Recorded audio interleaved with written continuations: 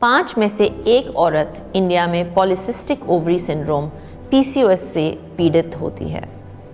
PCOS Bharat में कई औरतों को अफेक्ट करता है और ये एक मुख्य कारण है इनफर्टिलिटी का।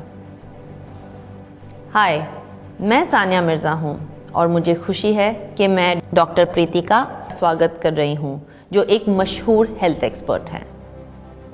आज वो हमें पीसीओएस के प्रॉब्लम्स को मैनेज करने के लिए कुछ प्रैक्टिकल टिप्स देंगे। पीसीओएस के बारे में जानकारी बढ़ाने से कई औरतों को फ़ायदा हो सकता है, क्योंकि इस बीमारी को लेकर कई गलत विचार हैं। डॉक्टर, क्या आप बता सकते हैं कि एक बैलेंस्ड और पोर्शन कंट्रोल मील पीसीओएस पेशेंट्स के लिए कैसे हेल्पफुल हो सकता है? Hello Sania, thank you for the question. आपका क्वेश्चन बहुत ही रेलेवेंट है क्योंकि आजकल मोटापा बहुत ही ज़्यादा देखा जाता है महिलाओं में जिनमें पीसीओएस है, और पीसीओएस भी उतना ही कॉमन हो गया है। ऐसा देखा जाता है कि 40 से 80% जो महिलाएं हैं जिनमें पीसीओएस है, उनमें मोटापा भी देखा गया है। तो जाहिर है कि मोटापा जो है वो आहार से भी बहुत ज़्यादा रिलेटेड है, हार्मोन इम्बैलेंस से तो रिलेटेड है ही, लेकिन अगर हम संतुलित आहार लेते हैं, बराबर पोर्शंस में आहार लेते हैं, तो इसमें ज़रूर हेल्प होती है। तो इसके लिए आप न्यूट्रिशनिस्ट, डाइटिशियन की हेल्प ले सकते हैं और एक फूड डायरी भी मेंटेन रख सकते हैं, जिसमें पता चलेगा कि आप कितना कैलोरी इंटेक ले रहे हैं और इससे आपका टारगेट क्या है, टारगेट ओरिएंटेड आप खाना खा सकते हैं। Thank you doctor. क्या आप बता सकते हैं पीसीओएस को मैनेज करने में फिजिकल एक्सरसाइज कितनी ज़रूरी है? हाँ, ये क्वेश्चन भी उतना ही रेलेवेंट है जितना कि पहला क्वेश्चन था। ऑफ कोर्स अगर मोटापा है तो इसमें डाइट जितना इम्पोर्टेंट है, उतना ही इम्पोर्टेंट एक्सरसाइज है। आप जितना एक्सरसाइज करते हो उतना आपका वजन घटता है, और डाइट के साथ ये बहुत ज़्यादा जल्दी घटता है। तो देखा गया है कि अगर पीसीओएस की महिला है, उसमें अगर 5% का भी वेट लॉस हो रहा है, तो बहुत सारे आगे के जो इश्यूज होते हैं वो कम हो जाते हैं। जैसे कि उनकी जो इंसुलिन रेजिस्टेंस है वो कम हो जाती है, मोटापा कम हो जाता है, काफ़ी हद तक उनके पीरियड्स रेगुलर होने लग जाते हैं, और साथ ही में आगे जाके जो प्रॉब्लम्स आती है जैसे इनफर्टिलिटी, वो भी काफ़ी मात्रा में कम होती है।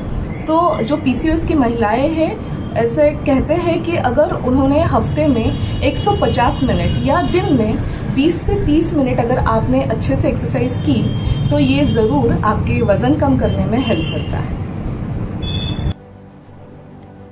Thank you doctor. एक और सवाल, पीसीओएस पेशेंट्स को कौन से इंपॉर्टेंट फैक्टर्स रेगुलरली चेक करने चाहिए? तो बराबर है, पीसीओएस जो है वो एक लाइफस्टाइल मॉडिफिकेशन डिसऑर्डर है, इसीलिए इसकी निगरानी रखना बहुत इम्पोर्टेंट है, क्योंकि आगे जाके ये आपको इनफर्टिलिटी मतलब ही बांझपन कर सकता है।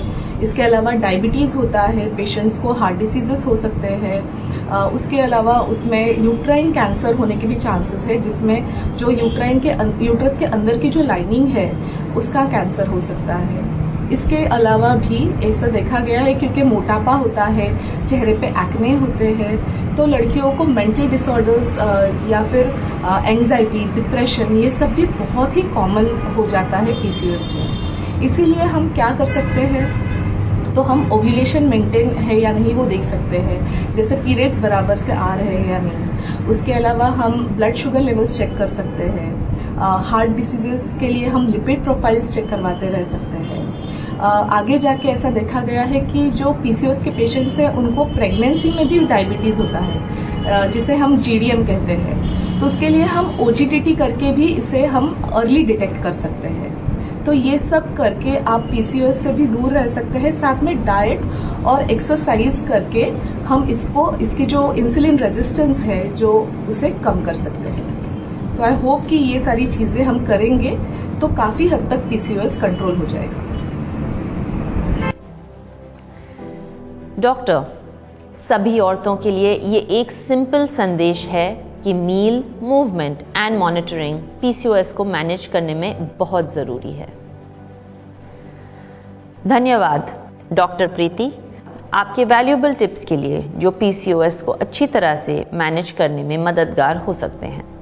मैं खुद एक एथलीट हूँ और मैं समझती हूँ कि लाइफस्टाइल मैनेजमेंट एक हेल्थी फ्यूचर के लिए कितना ज़रूरी है। आओ मिलकर इस सोच को बदलें, जानकारी बढ़ाएं और इस सफ़र में एक दूसरे का साथ देकर अच्छी सेहत और खुशी की ओर बढ़ें।